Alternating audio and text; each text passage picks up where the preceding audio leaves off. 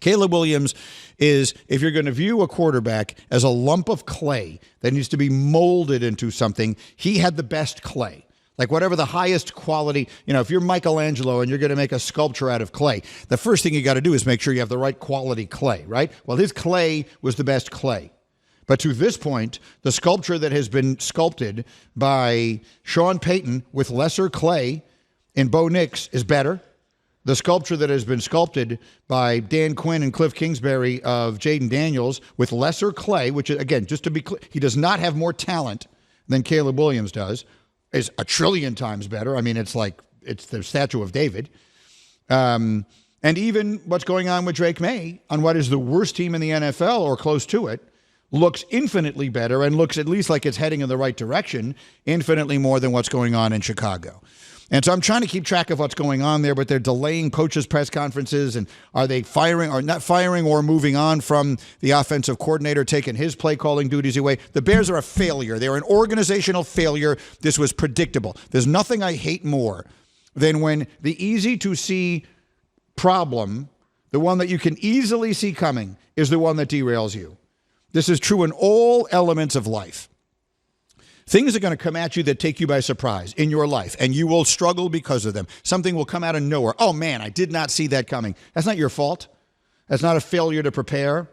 Unexpected circumstances befall you all the time. I would use last year's Jets as that example. For all of my complaining and belly aching about Robert Saleh, you don't count on losing Aaron Rodgers 4 plays into the season. With the Bears, this was so easy to see, and everyone saw it.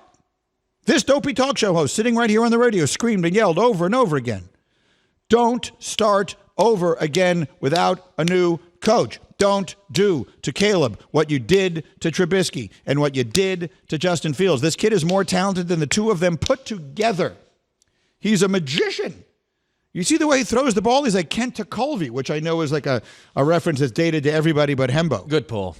But the way that sidearm, he has magic in him.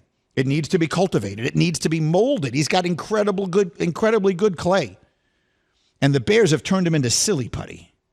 They've turned him into something that your kids play with for like 3 days, and then it gets too hard because you didn't close the top, and you just have to throw it away and move on to the next one. And that's what they did with the previous two guys. And that's the direction this thing is going. And that goes right to the top.